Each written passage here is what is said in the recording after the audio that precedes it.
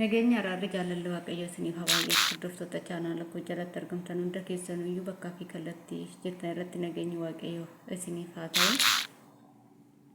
Anallee nagaa kootii waaqayyo kan galatoomu haa ta'u. Har'a viidiyoo dubbisaa macaafa qulqulluu boqonnaa itti aanu qabadhee dhiyaadheen jira. Viidiyoo laayik sabiskiraayib gochuudhaan na jajjabeessaa isiniin jedha. Warroonni maatiin ta'an immoo sabiskiraayib godhaa, koomentii keessaa kallattumaan gara viidiyoo maqaa abbaa kan ilmaa kan hafuura qulqulluu sadan waaqayyo tokko amiin. Maqaa abbaa kan ilmaa kan hafuura qulqulluu sadan waaqayyo tokko amiin. Maqaa abbaa kan ilmaa kan hafuura qulqulluu sadan waaqayyo tokko amiin. Seera uumamaa boqonnaa 28. Yaaqoob intala Laaban akka fuudhuuf ergamuu isaa. Yisaaq Yaaqoobin waamee eebbise. Isa abboome. Dubartoota warra Kana'aan keessaa hin fuudhin, ka'ii gara biyya Phaadaan Araam mana Betu'eel abbaa haadha keetii dhaqi. Achi immoo intaloota Laaban obboleessa haadha keetii keessaa tokko fuudhi. Waaqayyo inni hundumaa danda'u si haa eebbisu, sanyii siif haa kennu, si haa baay'isus. Ati saba guddaa in taata. Inni eebba Abrahaamin eebbisee si booddees sanyii keetiif haa kennu. Biyya ati gala taatee amma keessa jirtu isa inni ofii isaatii Abrahaamiif kenne kana akka ati qabattu haa godhu jedhe. Yisaaq akkasitti Yaaqoobin achi erge. Yaaqoobis gara biyya Phaadaan Araam mana Laaban intala Betu'eel nama biyya Araam dhaqe. Laaban obboleessi Ribqaa ishee Yaaqoobii fi Iyyaasuu deesse turte. Iyyaasuun ammas niitii fuudhuu isaa. Yisaaq amma immoo Yaaqoobin eebbise. Eebba isaa keessatti ati dubartoota warra Kana'aan keessaa niitii hin fuudhin jedhee abboome. Biyya Phaadaan Araam dhaqee achi akka fuudhuuf isa erge. Iyyaasuunis kan yaadan in qabe. Akkasumas Yaaqoob abbaa isaa fi haadha isaatiif abboomame. Phaadaan Araam dhaquu isaa in hubate. Dubartoonni warra Kana'aan Yisaaq abbaa isaa duratti akka hin jaallatamnes inni arge. Kana booddees Esaawun gara Ishmaa'eel ilma Abrahaam dhaqee intala isaa ishee Mahilaat jedhamtu obboleettii Naaboot dubartoota dur qabu irratti dabalee in fuudhe. Waaqayyo abjuutti Yaaqoobin dubbachuu isaa. Yommus Yaaqoob Bershebaadhaa ba'ee gara Kaaraanaatti adeeme. Inni iddoo tokko ga'ee aduun linnaan achi bule. Dhagoota iddoo sanaa jiran keessaa tokko fuudhee mataa isaa jala kaa'ate. Iddoodhuma sana ciise. Inni achitti abjuu abjootee yaabbannoo hundeen isaa lafa dhaabbate. Fiixeen isaa bantii Waaqaa bira ga'u tokko in arge.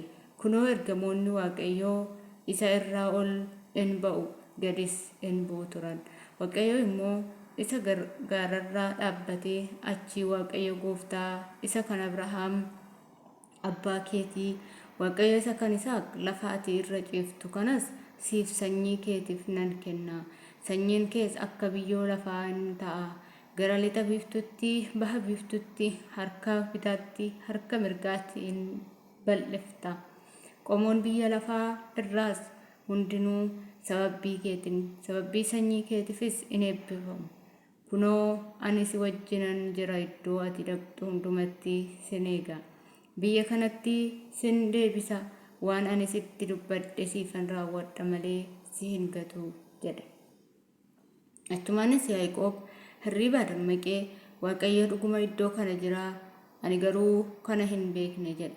Innis sodaatee iddoon kun attam sodaachisaadha, mana Waaqayyoo malee homtuu as hin jiru, kun balbala bantii Waaqaati jedhe. Yaaqoob ganama oboroodhaan ka'ee dhagicha mataa isaa jala kaatee ture sana fuudhee utubaa seenaa godhee ol qajeelchee dhaabe. Dhadhaa ejersaa isa irratti dhangalaasee in dibe. Yaaqoobis maqaa iddoo sanaa Beet'eel jedhee moggaase.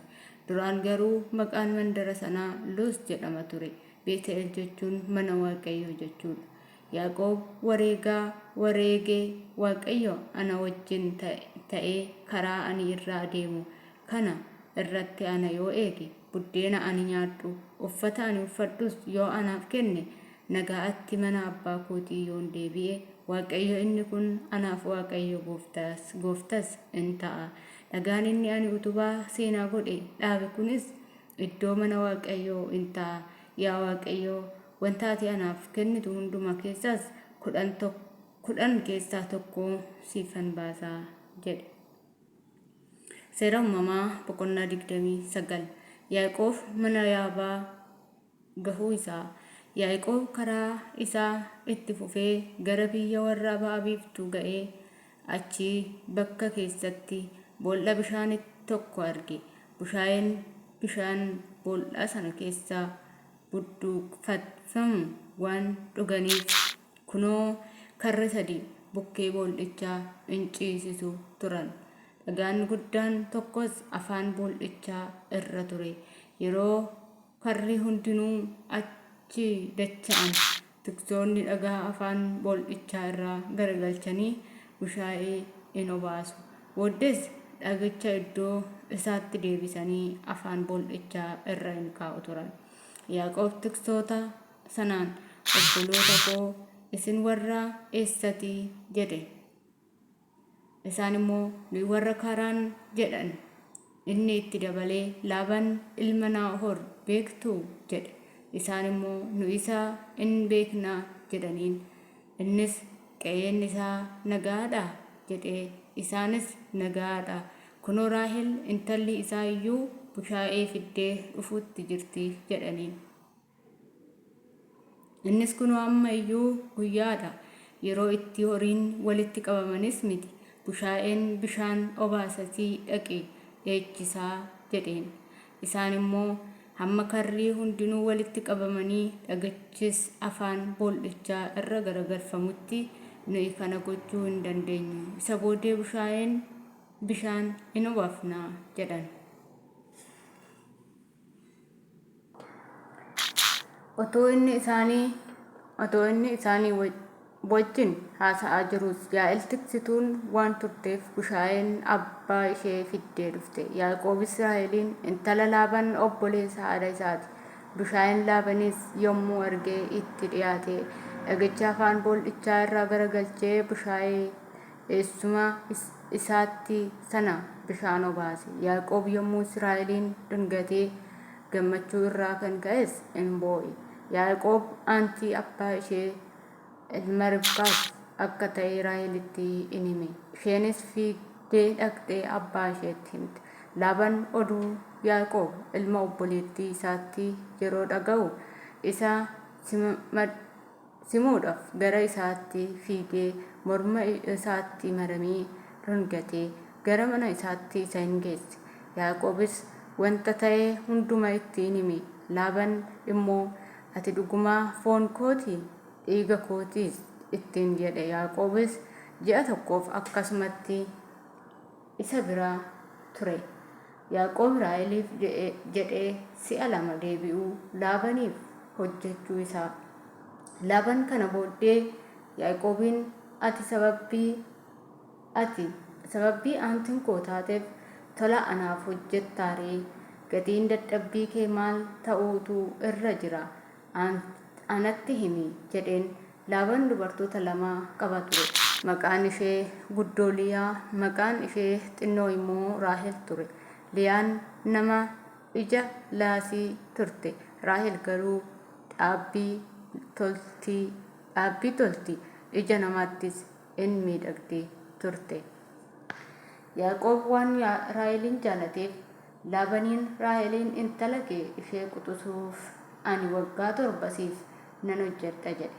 Laabaan deebisee ani nama biraatiif kennuu koo irraa ishee siif kennuu in wayya. Kanaaf ana bira turi jedheen. Yaaqoob akkasitti Raaheliif jedhee waggaa 7 in hojjete. Inni waan ishee jaalateef waggoonni kun guyyoota muraasaa isatti fakkaate. Yaaqoob kana booddee Laabaaniin erga yeroon dhaabaa koo waan raawwateef ani ishee bira akkan ga'uuf kaadhima koo anaaf kenni jedheen. Kana irratti Laabaan namoota iddoo sana hundumaa walitti qabee cidha in godhe. Galgala garuu intala isaa Liyaa fuudhee Yaaqoobitti geesse. Innis ishee bira dhaqe. Laabaan xomboree ishee Zilfaa xomboree akka taatufitti intala isaa Liyaadhaaf in kenne. Yaaqoob bari'ees kunoo isheen Liyaa ta'uun ishee in barame. Yaaqoob yommus Laabaaniin walitti wanti ati ana irratti hojjette kun maali? Ani Raaheliif jedheen siif in hojjenne yoos ati maaliif haxummaa ana irratti hojjettare jedheen. Laabaan immoo deebisee biyya keenyatti ishee hangafa duraa ishee quxisuu hin kennan. Ishee kanaaf 7 misirummaa raawwadhu yommus ishee kaanis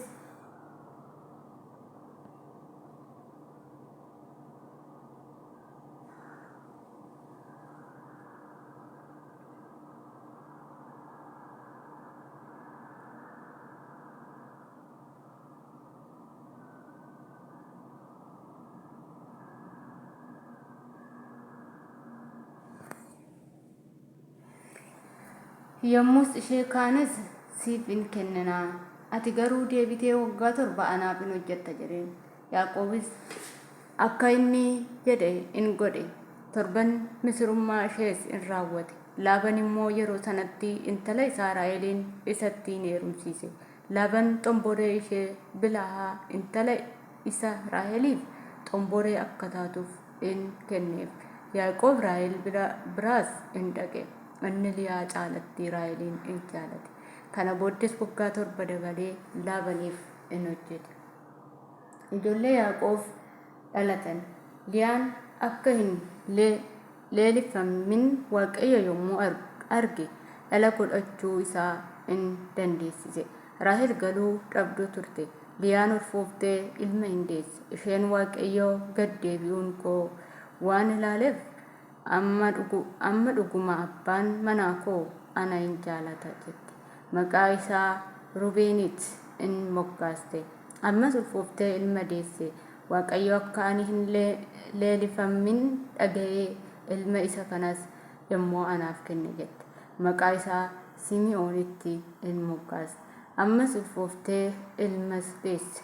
Isheen amma ilmaan 3 waanan isaaf godhadheef abbaan manaa koo alanaa anatti in maxxana jette. Kanaafis maqaan isaa Lewwii jettee in moggaafte. Ammas ulfooftee ilma deesse. Isheen allana Waaqayyoo na jajadha jettee. Kanaafis maqaa isaa Yihuudaa jettee moggaafte. Yihuudaa jechuun galata jechuudha. Kana boodas da'uu in dhabde. Seera uumamaa boqonnaa 30. Raahel dhala dhabdee guddifachuu ishee. Raahel ofii isheetii Yaaqoobiif ijoollee akka hin godhatin argite. Obboleettii isheetti in hinaafte. Yaaqoobiin immoo ijoollee anaaf kenni. Kana achi nan du'a jette. Yaaqoob yommuu Israa'elitti argee aarii boba'ee anatu iddoo Waaqayyo isa dhala si dhoowwate boo'eeree jedhe. Raahel kana irratti Yaaqoobiin Bilhaa xomboreen koo kunooti. Isheen iddoo koo taatee anaaf deesse.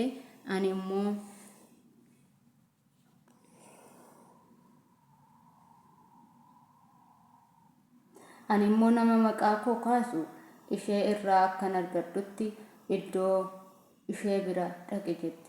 Bilhaa xomboreen ishee akka haadha manaatti Yaaqoobiif in kennite. Inni ishee bira ga'e. Bilhaanis ulfooftee Yaaqoobiif ilma deesse. Raahelis Waaqayyo dhugaa anaaf baaseera. Sagalee himata koo dhaga'ee ilma anaaf kenneera jette. Kanaafis maqaa isaa Daaniit in moggaaste. Bilhaa xomboree Raahel ammas ulfooftee Yaaqoobiif lammaffaa ilma deesse. Raahel kana irratti ani jabeessee obboleettii koo wal'aansoo qabee ishees harka nan caalee jette. Maqaa isaas Niftaalemitti in moggaafte. Liyaan ijoollee guddifattee ofiis dabaltee da'uu ishee. Liyaan garaan ishee akka dhaabbate yommuu argitu Zalaaf xomboree ishee fuutee akka haadha manaatti Yaaqoobiif in kennite. Zalaafin xomboreen Liyaas Yaaqoobiif ilma deesse. Liyaanis maal ayyaanni akkasii jette maqaa isaa Gaadiitti moggaafte. Zalaaf xomboreen Liyaa dabalatee Yaaqoobiif ilma hin deesse. Liyaanis attam nan gammade, dubartoonnis baga gammadde naan jedhu jettee maqaa isaa Ashreetii in moggaaste.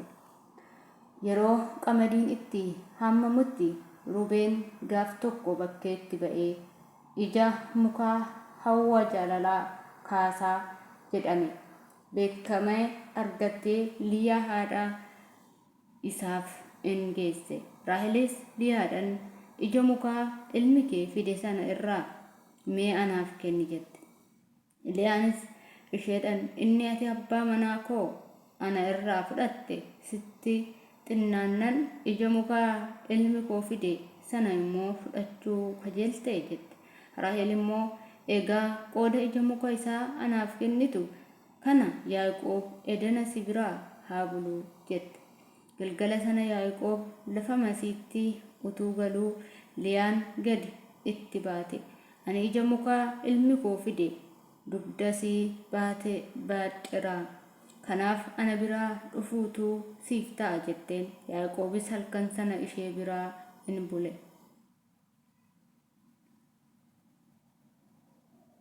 Waaqayyo immoo Liyaadhaaf in dhaga'e. Isheenis ulfooftee Yaaqoobiif ilma shanaffaa deesse. Liyaan ani xomboree koo abbaa manaa koof kenninaan Waaqayyo gatii koo anaaf kenne jette. Maqaa isaa Yisaakoritti moggaafte. Liyaan ammas ulfooftee Yaaqoobiif ilma jahaffaa deesse. Waaqayyo kennaa gaarii anaaf kenneera. Egaa ani ilma jaha abbaa manaa koof waanan daheef inni se'achi ulfina anaaf hin kenna jette. Maqaa mucichaa immoo Zebuuloonitti moggaaste. Isheen kana booddee durba deessee maqaa isaa Xinee jettee moggaaste. Raahelis gara booddeetti dhala argachuu ishee Waaqayyo Israa'eliin yaadatee isheedhaaf dhaga'ee dhala gochuu ishee in dandeessise. Isheen ulfooftee ilma deessee Waaqayyo wanta ani ittiin arrabsamaa ture ana irraa fuudhe jette. Isheen Waaqayyo ilma kan biraa anaaf haa dabalu jechuudhaan maqaa isaa Yoosef Seera uumamaa boqonnaa 24 seera uumamaa boqonnaa 30 lakkoofsa 24 irratti Yoosef fet jechuun haa dabalu jettee in moggaaste. Yaaqoob horii horuu isaa. Raahel erga Yoosefiif deessee Yaaqoob immoo Laabaniin gara iddoo ta'umsaa koo gara biyya koos akkan dhaquuf gadi na dhiisi. Ani hojii attamii akkan siif hojjedhe ati iyyuu beekta. Ammas ani nan adeemetii dubartoota koo fi ijoollee koo warra ani isaaniif jedhee siif hojjechaa ture anaaf kenni jedheen.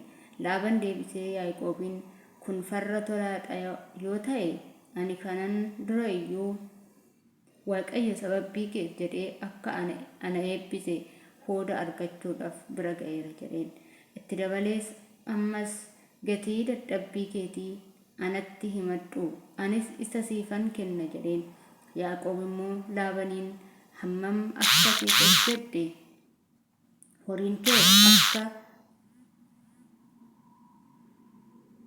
horiin kees ana biratti hammam akka eeggamte ati ofii keetii iyyuu beekta. Si bira dhufuu koo dura horii muraasa qabda turte. Amma garuu wal hortee baay'atteerti. Lafuma miila koo ga'etti Waaqayyo si eebbiseera. Maatii koofis immoo yoom waan godheree jedhe. Laabaan deebisee maal siif kennuree jedhee isa gaafate. Yaaqoob immoo isaa ani sitti himachuudhaaf jedhu kana yoo anaaf goote kana malee waan tokko iyyuu anaaf kennuun si hin barbaachisu.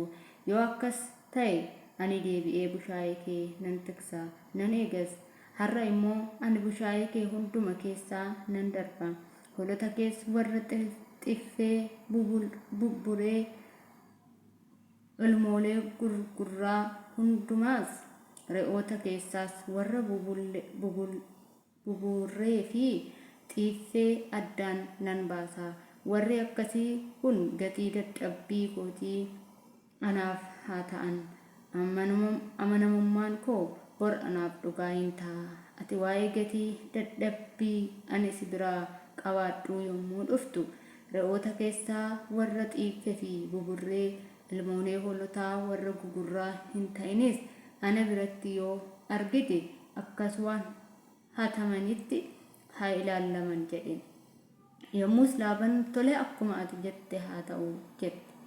Gaafuma sana Laabaan korbeeyyii re'eettii warra qaxxaamuroo warra xiiffee re'oota dhaltuu warra xiiffee warra buburree warra adii dhagnatti qaban hundumaa ilmoolee hoolaa warra gugurraa hundumaas fuudhee ilmaan isaa harka galche. Inni adeemsa guyyaa 3 Yaaqoob biraa hin fagaate. Yaaqoob immoo bushaayee Laabaan warra hafan sana in tiksa. Yaaqoobis ulee mukaa gaara akka ulmaayyii xinnoo sootalloo murii darbees qola irraa quncisuudhaan in buburreesse. Inni in qunca'es adiin isaa akka mul'atu godhe. Inni yeroo bushaayee bishaan dhuguu dhufanitti ulee darbee qolli irraa quncifame sana fuudhee isaanii dura bidiruu bushaayee keessaa dhugan keessaa in dhadhaabe. Bushaayeen bishaan dhuguu dhufan kunis korbeessa qajeelanii argaman. Bushaayeen sunis uleewwan sana utuu ilaalanii in ari'an. Booddees ilmoolee qaxxaamuroo xiiffee buburrees in dhalan. Yaaqoob ilmoolee kana kophaatti baasee bushaayeen Laabaanis warra qaxxaamuroo fi warra gugurraa kana hunduma akka ilaalan in godhe. Ilmooleen warra kopheetti baasan kanaas karaa ofii isaatti godhatee addaan baasee malee bushaayee Laabaatiin hin daballe. Yeroo bushaayeen warri jajjaboonis itti korbeessa kajeelanitti isaan uleewwan sana biratti akka ari'amaniif uleewwan sana bidiruu keessaa lafa isaa of duratti argan in dhadhabe. Bushaayeen warra dadhaboo duraa garuu uleewwan sana in dhaabne. Erga warri dadhaboonni kan Laabaan warri jajjaboonni kan Yaaqoob ta'an. Yaaqoob akka kanatti safara malee in hore. Hojjettoota dubartii fi dhiiraa bushaayee baay'ee gaalota harrootas in argate. Amiin. Kakaasee kan na xumursisee Waaqayyoof galanni haa ta'uuf. Viidiyoo itti aanu haga walitti deebinutti turtii gaarii.